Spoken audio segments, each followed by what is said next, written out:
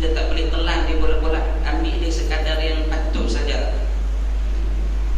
Maka timbullah perbahasan dari para ulama. Ada yang ulama mengatakan, sebahagian yang mengatakan bahawa kita tak boleh terlibat dalam sistem pilihan raya, tak boleh terlibat sama sekali. Dan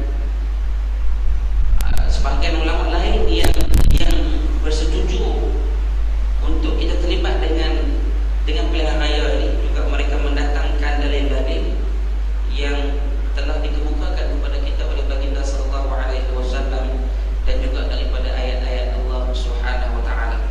Antaranya apa? Antara dalil yang digunakan oleh kumpulan ulama yang membenarkan untuk kita terlibat dalam pilihan raya al-intikhabat itu ialah satu hadis dari Nabi sallallahu alaihi wasallam. Kata Nabi, akhriju ilayya minkum 12 naqiban yakununa ala qaumihim. Ketika mana Nabi sallallahu alaihi wasallam hadir dalam satu peristiwa nama dia Bai'atul Aqabah. Nabi jumpa dengan 12 orang. Ketika pertemuan itu Nabi minta supaya mereka keluarkan 12 orang daripada kalangan penduduk Madinah pada ketika itu. Aus dan Khazraj itu keluarkan 12 orang, yang 12 orang itu adalah mewakili suara penduduk-penduduk di Madinah. Berdasarkan kepada hadis ini, para ulama mengambil istidlal, mengambil hukum daripada hadis ini bahawa Nabi SAW sendiri menggalakkan supaya apabila nak melakukan satu-satu urusan dengan satu-satu kumpulan, satu-satu kaum, mesti berbincang dengan wakil yang mewakili kaum tersebut. Baik, jadi wakil yang menjadi wakil kepada kaum tersebut, siapa nak pilih dia? Tak lain dan tak bukan melalui proses undian. Okey, harus setuju siapa? Kita hantar pangah. Contoh, satu masjid kita sokong, kita hantar pangah pergi, maka pangah menjadi wakil rakyat kita untuk pergi berbincang soal yang berkaitan dengan kita. Kalau bincang tu di kedai kopi, maka dewan undangan yang pangah nak pergi tu di kedai kopi lah. Kalau dewan undangan tu memang duduk di Rostan, pangah kena pergi Rostan lah. Bergantung di mana tempat satu-satu urusan itu dibincangkan. Itu dalil yang pertama. Begitu juga dengan dalil yang kedua, di mana Nabi SAW menganjurkan kepada kita apabila kita terlibat dalam satu perjalanan, kita bermusafir. Kata Nabi SAW, "Idza kharaja thalathatun fi safarin falyu'ammiru 'alaihim ahadahum." Apabila kamu keluar untuk bermusafir, 3 orang keluar untuk bermusafir, maka hendaklah 3 orang itu bersetuju untuk melantik salah seorang daripada kalangan 3 orang itu untuk menjadi ketua dalam kumpulan musafir. Minimal dia 3. Maknanya kita bukan takat 3 orang. Kalau dalam dun kita kata dun kola kita ni ada berapa? 30,000. 30,000 lah. 30,000 pengundi. Maka 30,000 pengundi itu kena buat keputusan. Pada 5/5 nanti untuk mereka memilih siapakah yang akan menjadi juru bicara mereka di dalam Dewan Undangan Negeri dan juga di peringkat parlimen, yang akan membawa segala masalah-masalah yang berkaitan dengan yang berlaku dalam masyarakat kita. Tapi dalam buku ni tentu ada cerita kat kita tentang tabiat kita yang kita silap mengukur tugas seseorang ahli dewan ini. Tugas ahli dewan yang dinyatakan oleh Dr. Akram Kassab ini dalam buku ini bukan tugas dia main duk tengok titi rumah siapa tak ada, parit rumah siapa sumbat. Itu bukan kerja ahli Dewan Undangan Negeri. Itu bukan kerja ahli parlimen. Itu kerja pihak berkuasa tempatan. Itu kerja pihak berkuasa tempatan. Kita punya kaunsil kita di sini report, ada ahli majlis kita report. Tugas ahli parlimen ialah yang membincangkan soal tasyri', soal undang-undang, soal peraturan, soal dasar sesebuah negeri dan juga dasar sesebuah negara. Itu kerja dia. Bagi dia duduk di parlimen itu, fikir sungguh-sungguh apa yang sesuai kepada kita. Itu juga dengan yang duduk di DUN, apa yang sesuai untuk negeri Kedah ini sebagai contoh. Kita duduk tekan dia ni YB jabatan rumah dia runtuh. Anu tak ada, hadis tak ada, maka kita telah salah guna wakil rakyat kita itu. Dia tak ada fikir masalah kita, tapi masalah yang sebenarnya yang lebih mendasar. Tetapi dia duk fikir soal apa? Soal apa jalan tang tu lubang, tang di lubang. Kerja jalan lubang ni kerja JKR. JKR ada engineer dia. JKR ada orang yang dah dibayar gaji. Pasal apa dia tak buat juga tu kita kena tanya JKR. JKR. Nak pun jalan tan masuk dalam kampung kita.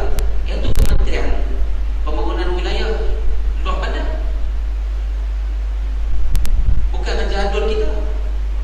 Tu bidang-bidang tugas itu. Kita pukul rata. Tak ada susu pun, susu anak habis pun telefon. Susu anak habis.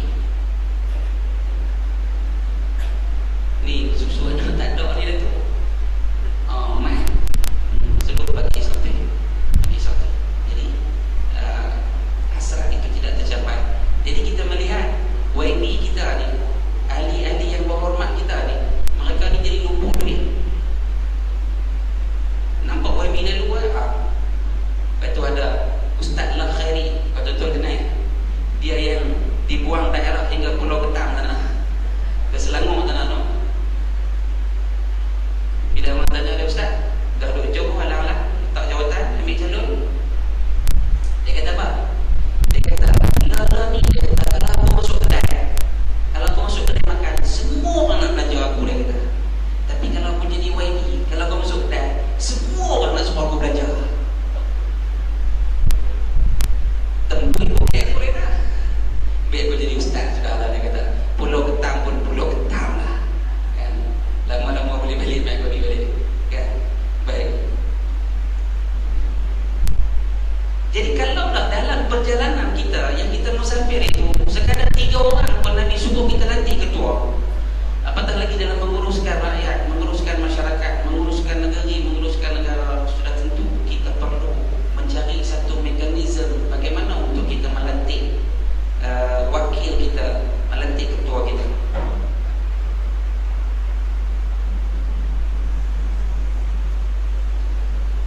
Dalil yang ketiga iaitu dalil apabila Nabi SAW berkata kepada para sahabat, Nabi minta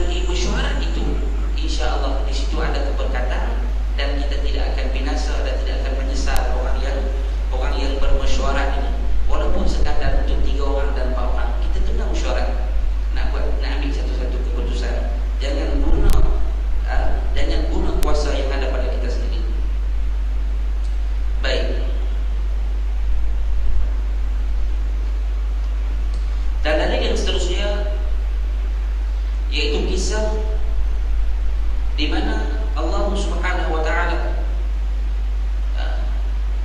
dalam ayat surah Al-Baqarah ayat 102, ayat yang agak panjang, wattaba'u ma tatlu syayatin 'ala mulki Sulaiman. Kisah tentang ayat-ayat sihir ni. Kisah ini ditafsirkan oleh Ibn Abbas. Ditafsirkan oleh Ibn Abbas radhiyallahu anhu.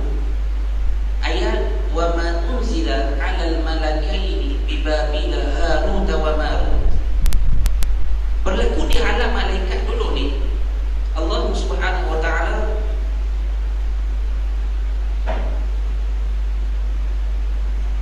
nak cari dua malaikat yang boleh turun naik ke bumi untuk satu-satu tugas, khususnya dalam bab sihir ini.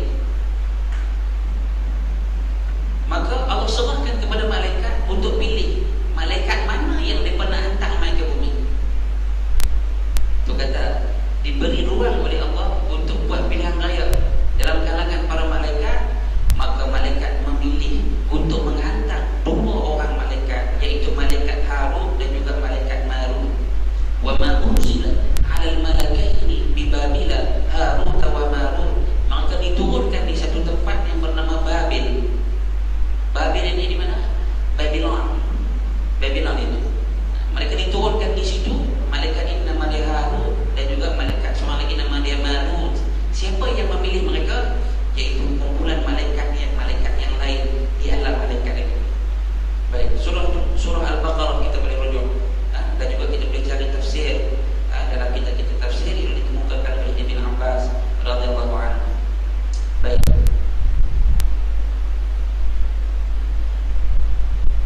Dan juga ada hadis Nabi sallallahu alaihi wasallam riwayat daripada Al-Baihaqi pada bab Syu'abul Iman, hadis riwayat daripada Ka'ab bin Malik. Kata dia, "Dzakarat al-malaikatu a'mal bani Adam wa ma yulqawna min adh-dhunub, faqala lahum ikhtaru minkum malakain fakhtaru Harut wa Marut." Diberi pilihan kepada malaikat, diceritakan kepada malaikat tentang perkara-perkara dosa yang dilakukan oleh anak-anak Adam. Maka diberi kuasa kepada malaikat, hampa nak hantar siapa untuk penteraskan apa yang dilakukan oleh anak-anak Adam ini. Malaikat memilih Harut dan juga Marut. Mungkin kita tak pernah dengar malaikat nama Harut dengan Marut ni, nanti kita cerita dalam siri ini kalilah yang akan datang. Nanti kita cerita.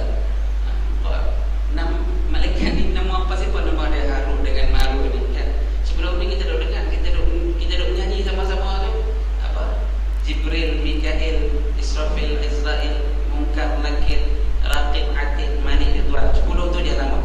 Ni nanti kita tengok apa siapa nama dia Harut dan juga Marut. Baik. Begitu juga para ulama ini beristidlal, berdalil dengan apa?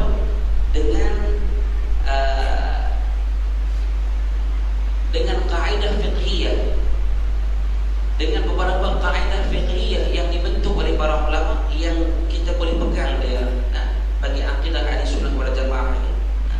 Baik, satu yaitu ma la yatimul wajib illa bihi fahuwa wajib. Apa-apa yang tidak akan sempurna benda wajib dengan dia itu, maka benda itu juga menjadi wajib. Sebagai contoh, salat kita wajib. Salat wajib. Ambil wudu tak wajib. Ambil wudu bila-bila masa nak masuk.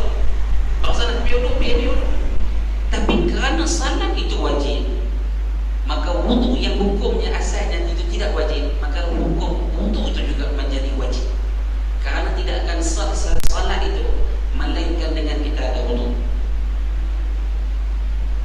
Layaknya kalau tu imam tak ambil wudu, kacau. Tapi alhamdulillah makmum tak ada masalah apa. Tadi balik tadi sembahyang maghrib di rumah, habis sembahyang nak keluar tengah Allah apa? Tak ada wudu rumahnya. Kita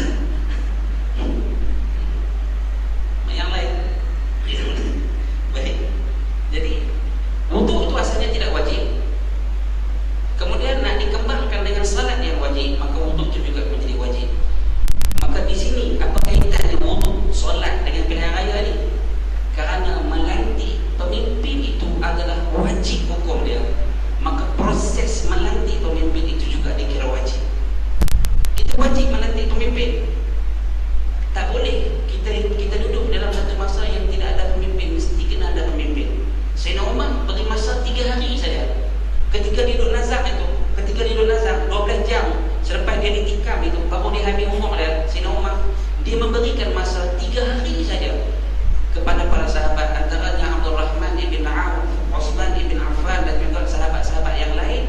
Dia kata tidak akan masuk hari yang keempat melainkan kamu semua sudah ada amir, sudah ada amir, sudah ada ketua. 3 hari dia bagi masa. Kalau lebih daripada 3 hari, dia akan jadi lain, dia akan kacau. Jadi kalau tempat kita tak ada masalah lah, kan?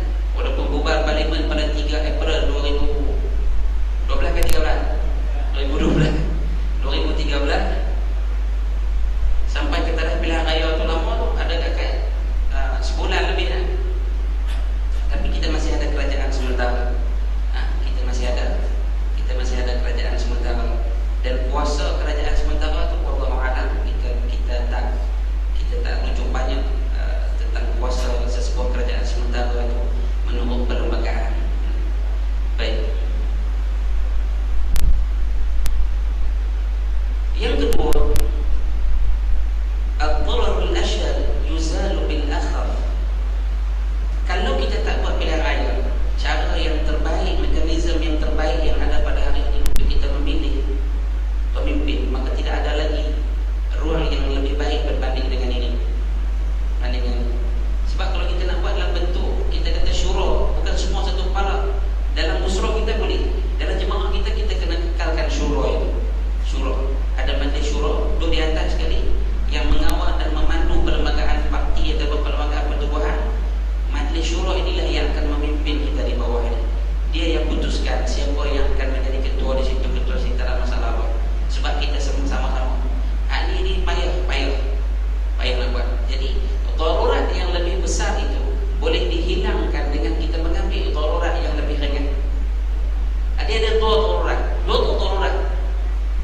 Tapi satu darurat yang begitu berat, satu lagi darurat yang ringan. Jadi kita ambil darurat yang ringan supaya dia menghilangkan darurat yang lebih berat itu. Baik. Dan yang ketiga, al-umur bimaqasidiha. Setiap perkara itu bergantung kepada niatnya. Jadi di sini ialah setiap perkara yang kita buat wajib kita menghadirkan niat kita. Maka niat kita di sini ketika kita berhadapan dengan pilihan raya adalah tidak lain dan tidak bukan untuk kita memilih wakil kita, pimpinan kita yang akan membuat dasar-dasar terhadap negara kita, bahawa mereka lah wakil-wakil yang terbaik. Bukan terbaik pada pandangan kita, tuan-tuan. Bukan terbaik pada pandangan kita. Kita nak cari bini, duit, kita tengok apa yang terbaik pada mata kita, kan? Orang lain nampak awal dia boleh pilih bini dia macam tu. Kita nampak sekok yang amat-amat. Orang lain tengok bini kita tak kenal, bagus. Jangan orang lain tengok bini kita berkenan, kita tengok bini kita tak berkenan. Itu kacau. Tu pilih bini, pilih wakil rakyat. Kita tak boleh menilai dari sudut kacamata kita, tapi kita kena nilai seseorang wakil ini menurut pandangan Allah Subhanahu wa taala. Siapa yang lebih baik menurut syarat-syarat yang telah dikemukakan kepada kita oleh Allah Subhanahu wa taala dalam surah apa? Allahumma salli ala sayyidina Muhammad. Surah Al-Imran ayat yang ketiga, mana Nabi Musa alaihi salam membantu 2 orang anak Nabi Shu'aib mengangkat ayam dia, bawa dari telaga pergi rumah. Nabi Musa berjalan di depan, dua orang anak gadis Nabi Shu'aib ini menurut Nabi Musa dari belakang. Bila sampai di rumah, anak Nabi Shu'aib minta kepada ayah dia, Nabi Shu'aib minta supaya ambil Nabi Musa ini jadi pekerja mereka, karena mereka mengatakan bahawa wa khaira man ista'jaraka al-qawiyyul amin, dan adalah sebaik-baik mereka yang kita bayar upah. Wakil rakyat itu kita yang bayar upah dia, kita yang keluarkan cukai, kita bayar itu, kita bayar ini, maka hasil daripada kita bayar itu masuk ke perbendaharaan negara menjadi wang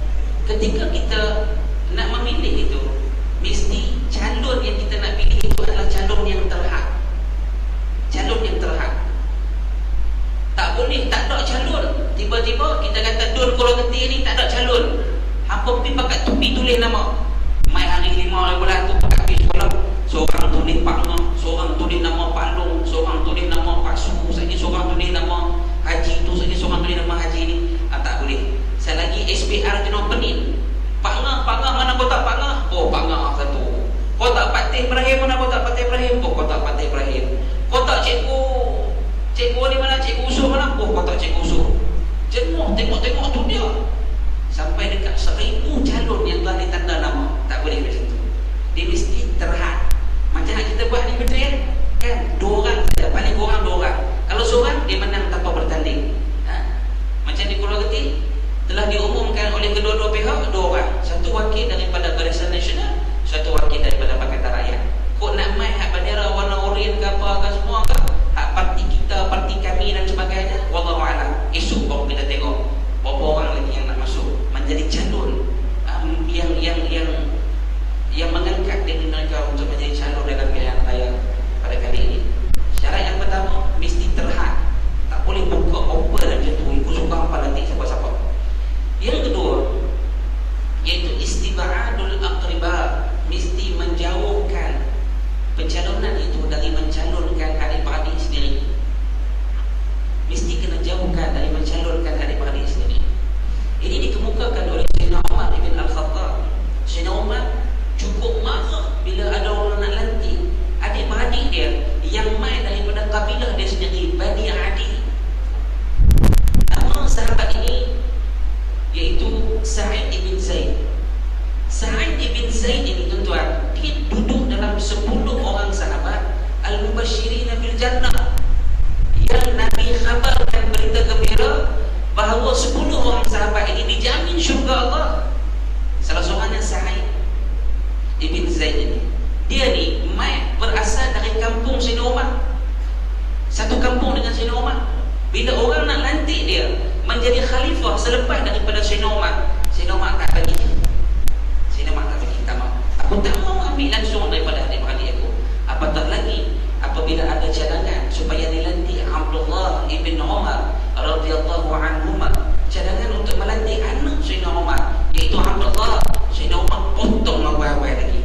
Aku tak mahu anak terlibat ataupun mewarisi kepimpinan ini. Sebab di antara kata-kata dia yang sangat masyhur, dia kata, cukuplah, dia kata, aku seorang dari keluarga Al-Khattab yang menanggung dosa seluruh umat manusia. Jangan ada lagi adik-beradik aku yang lain. Nah, apa kata tugas kepimpinan ini bukan untuk tanggung benda seronok saja. Nanti di hadapan Allah kita juga akan menanggung segala dosa-dosa akibat dari tanggungjawab kita yang kita gagal tunaikan terhadap rakyat-rakyat yang berada di bawah kita. Yang ketiga,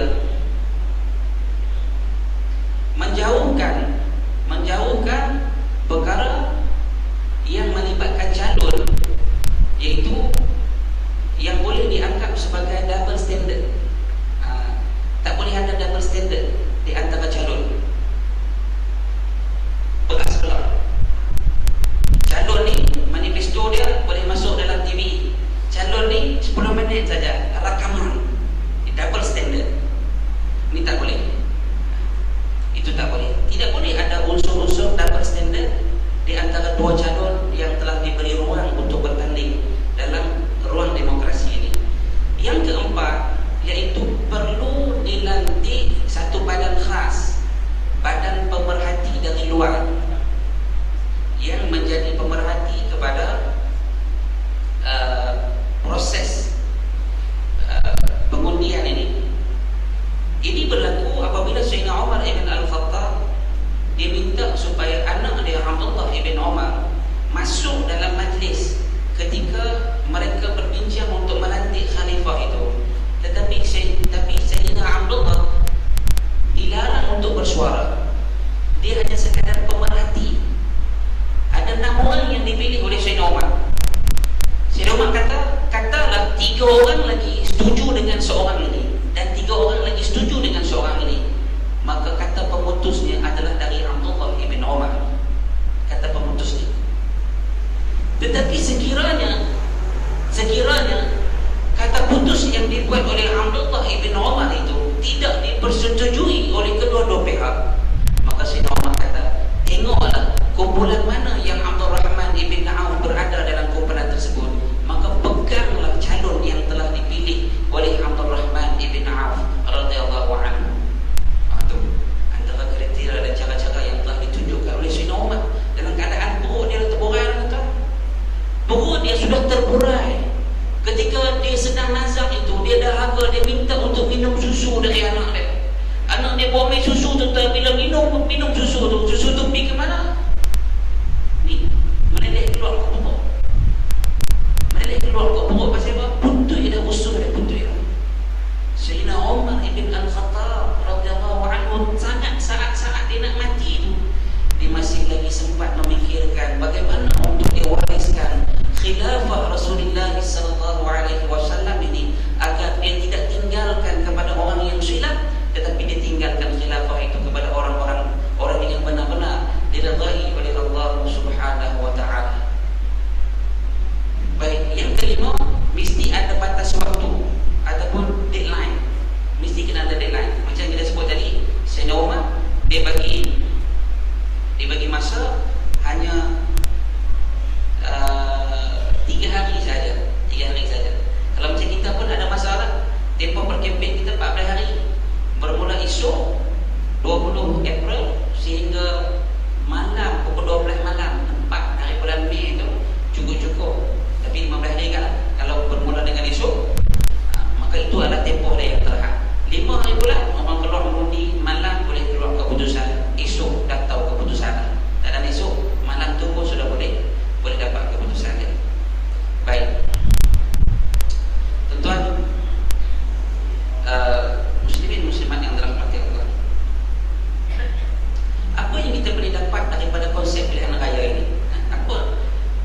Apa natijah atau hasil yang kita boleh dapat daripada pilihan raya yang kita buat? Yang pertama, iaitu memberikan hak yang sewajarnya kepada rakyat untuk memilih barisan kepimpinan negara. Walaupun ada pertikaian, kalau tuan-tuan baca hari ini tulisan yang dituliskan oleh Dr. Mazli Malik dari UIA, dia menceritakan tentang Raushan Fikir. Raushan Fikir ini pun satu kumpulan pemikir yang Raushan Fikir ini pun diminta supaya mereka membuat keputusan dengan keputusan mereka adalah ini kalilah. Itu keputusan yang diminta oleh Dr. Mazli Malik kepada kumpulan Raushan Fikir ini. Kerana di sana ada pendapat orang yang menolak pilihan raya ini kerana pilihan raya ini tidak adil. Apa maksud tidak adil? Dia boleh menidakkan suara-suara ahli akademik, suara-suara ilmuwan. Kerana sebagai contoh, kita ada 10 orang. 2 orang dalam 10 orang itu profesor. 2 orang dalam kumpulan itu profesor. 8 orang lagi hanya orang biasa, bukan profesor, saja biasa.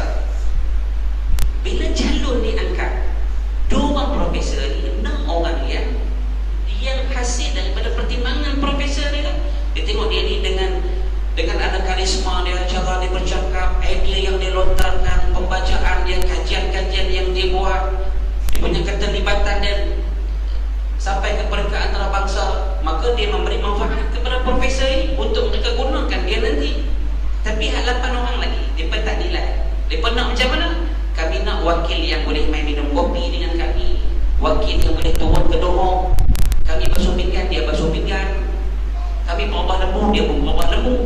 Maka bila naik undi 2 orang calon yang dipilih oleh profesor ni kalah berbanding dengan calon yang dinaikkan oleh rakyat biasa yang suka kepada wakil rakyat yang hidup korek parik dengan mereka, hidup gotong royong dengan mereka.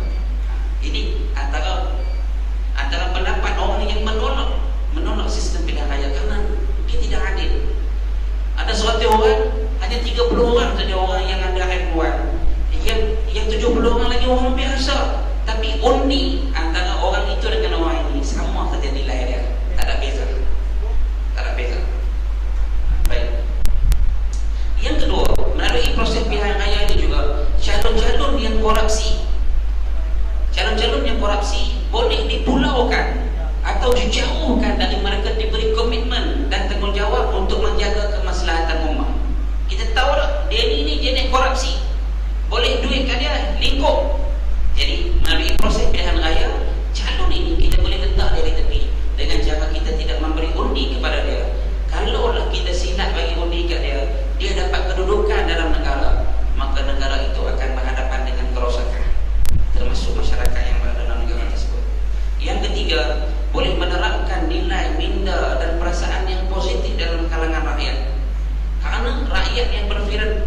berfikiran negatif, rakyat yang berfikiran negatif, berunsur lucu, porno dan sebagainya, ini dia akan membawa kepada kerosakan yang lebih besar dalam masyarakat kita.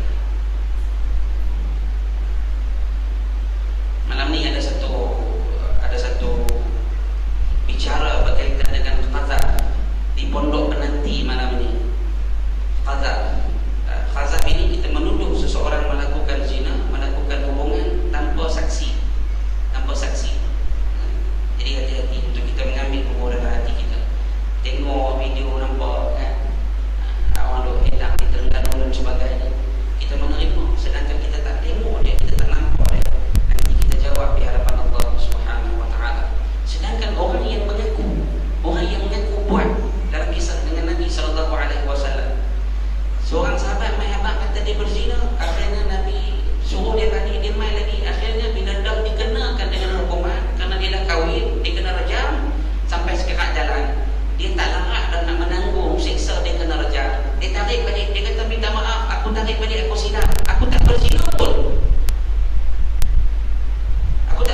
dia tarik balik dan dia cuba lari. Sahabat tangkap, ikat dia semula dan rejam dia sampai mati.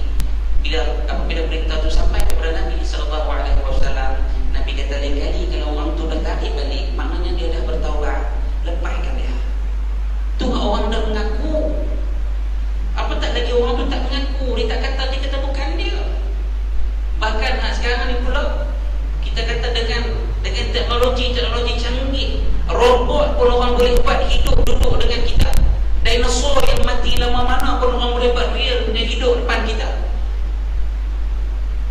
Sebab itulah dengan kuasa Allah yang maha mengetahui ini, video rakaman suara tidak pernah diterima oleh syarak sebagai bukti untuk kita membuktikan satu-satu kes perzinaan dan sebagainya. Maha suci Allah yang maha mengetahui. Kalaulah benda itu dibenarkan, mampu kita nak jawab. Tak keluar video orang tu, tak keluar video orang ni, jenuh nak jawab kita. Dia tak main tunjuk kat kita dulu, dia bubuh dulu dalam laman-laman blog dan sebagainya. Ini zaman fitnah yang sangat-sangat dahsyat ini. Yang keempat, proses pilihan raya juga boleh menyemarakkan semangat berpolitik. Setengah orang dia kata, aku tak mahu politik ini kotor, tak mahu. Tapi dia tak sedar bahawa setiap perkara yang dia buat itu ada kaitannya dengan politik. Dia pun minyak lah kereta dia ada kaitan dengan politik, sebab kuasa politik yang menentukan harga minyak. Harga RON 95 hari ini RM1.9. Mereka kata kalau mereka menang turun 4 kubang. Okey. Harga gula ditentukan oleh apa? Oleh kuasa politik. Semua benda itu ditentukan oleh kuasa politik. Dasar-dasar pendidikan, dasar-dasar keselamatan, dasar-dasar kewangan, semua ditentukan oleh kuasa politik. Ni dasar api ditentukan oleh siapa? 200 kilowatt pertama 2 kubang, 200 kilowatt yang kedua 3 kubang 5 duit, 200 kilowatt yang seterusnya 4 kubang 8 duit. Tuan-tuan, kita pakai hak 200 kilowatt yang pertama tu harga dia RM40, turun hak kedua kita pakai sikit saja, harga dia tak sama dengan 200 lah. Pasal daripada 2 kubang dia sampai 3 kubang 5 duit. Dia nak suruh kita jimat. Ingat kita duduk zaman batu lah, nak kena pasang lilin, nak kena tutup lampu, tak boleh buka peti air dan sebagainya. Ini keperluan kita. Ditentukan oleh siapa? Oleh dasar politik mereka yang ada kuasa di peringkat tertinggi. Yang kelima, menghidupkan suasana masyarakat yang penuh harmoni, kerana tujuannya adalah untuk melantik pemimpin yang saleh dan menjauhkan pemimpin yang zalim. Ini proses pilihan raya. Seterusnya, mewujudkan hubungan dan ikatan yang kuat antara rakyat dan pemimpin, kerana pemimpin yang berjaya dilantik dalam pilihan raya yang sah, sudah tentu dia akan berusaha keras untuk menyempurnakan segala tanggungjawab dia terhadap rakyat. Mewujudkan suasana kebebasan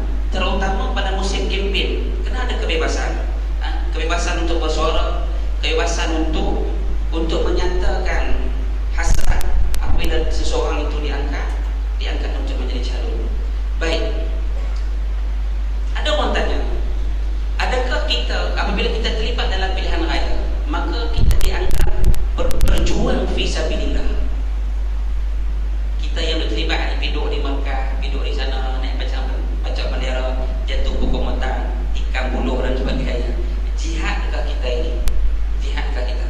Dr. Akram Kassar, penulis buku ini, dia menakalkan kata-kata Imam Ibn Al-Qayyim bahawa jihad ini terbagi kepada 13 peringkat. Jihad ada 13 peringkat. Yang pertama, jihad melawan nafsu, ada 4 peringkat. Yang kedua, jihad lawan dengan syaitan, ada 2 peringkat. Ini syaitan yang kita tak kenali dia secara zahir. Yang ketiga, jihad melawan orang yang kafir, ada 4 peringkat. Dan yang keempat, jihad melawan golongan yang zalim, ahli bid'ah, orang yang fasik. Di sini ada 3 peringkat.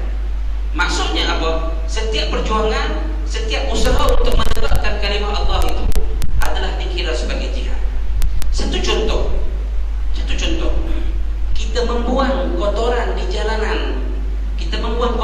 jalanan. Menurut hadis Nabi SAW, iman itu terbagi kepada 71. Paling tinggi adalah kalimah la ilaha illallah, dan selemah-lemah iman itu adalah imaqatul adza 'anil tariq. Kita membuang kotoran-kotoran dari jalan yang mengganggu orang untuk lalu lintas.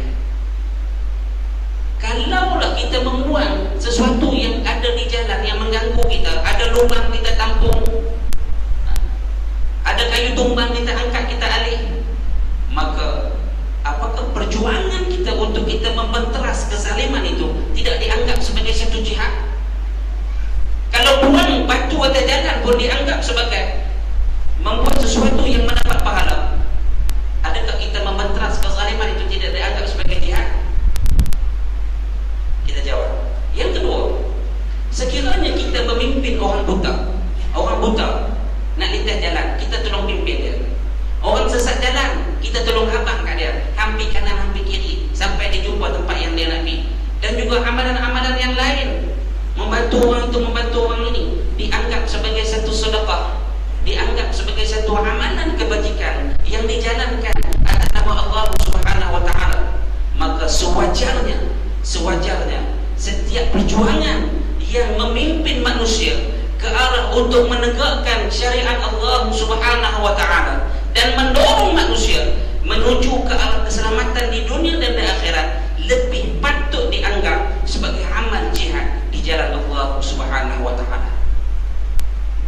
Tuan-tuan muslimin muslimat yang dirahmati Allah, sekadar ini saja perkongsian saya pada malam ini. Saya tadi cerita habis ini, tuan-tuan tak beli buku saya. Ini kira promo pelajar ni. Tadi cerita banyak, di filem pun dibuat sinopsis sikit-sikit dia. Ditunjuk hatang peluk, haduk atas katil kan. Tajuk dia Mencari Cinta. Ditunjuk hatu kan, kita nak pergi. Padahal masuk-masuk lembaga penapisan filem sudah memotong adegan tersebut. Okey, kau bayar tiket RM15. Nak pergi tengok tu je. Sinopsis dia. Cerita mesti bagi nampak hebat. Ditonton baca nanti. Dia tak sama lah kot dengan yang saya cerita di sini. Boleh jadi, kan? Boleh jadi.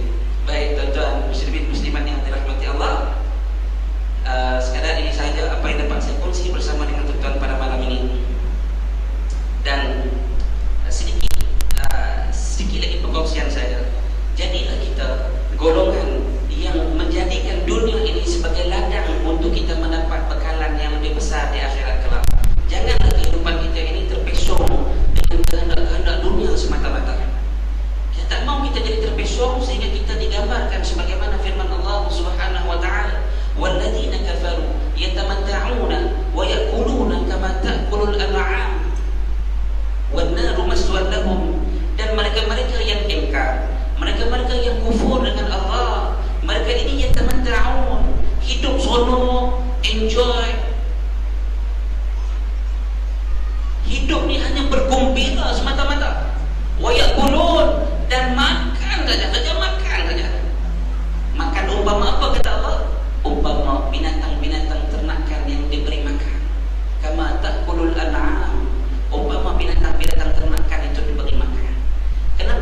umpamakan orang yang makan cara tu dengan cara binatang ternakan makan. Binatang ternakan ni, kita duk bela binatang ni, kita kena suap kat dia, kita kena pergi beli dedak, kita kena pergi potong rumput, kita kena pergi buaya. Kalau kita tak suap kat dia, dia tak akan makan. Mati kering dia dalam lau kita tu, dalam kandang kita. Jadi kita tak mau kita jadi macam tu. Nak tunggu orang main suap kat kita, orang main bagi itu kat kita, bagi ni kat kita, tak. Kita nak jadi orang yang ada jati diri. Umpama binatang-binatang yang berada di dalam hutan, binatang yang ada prinsip dia, binatang yang ada jati diri. Dia nak makan, maka dia bercari, dia tak mengharap pada orang lain. Rezeki dia ditentukan oleh Allah, bukan oleh Tuhan yang kurung dia dalam kandang. Tak. Dia ada prinsip dia. Dan orang yang begini sikap dia, begini sifat dia, dia tidak akan mudah untuk diperkotak-katikkan oleh apa-apa fahaman, apa-apa ajakan yang main kepada dia, kerana dia kuat dan dia kukuh, insya-Allah. Tuan-tuan, sekadar itu saja apa yang baik dari Allah Subhanahu wa taala dan apa yang buruk dari kelemahan diri saya sendiri. Selamat menyambut Bulan Raya. Wajib lah tuan-tuan, wajib untuk kita hadir. Dia baca lagi bawah tu, hukum orang yang tak mau mengundi ni apa? Berdosa. Hukum orang yang tak mau mengundi, berdosa. Berdosa tu pada peringkat yang ketiga, iaitu pada peringkat kalau dia tidak memberi undi dia, maka yang naik itu adalah orang yang silap, orang yang tidak sepatutnya dipilih.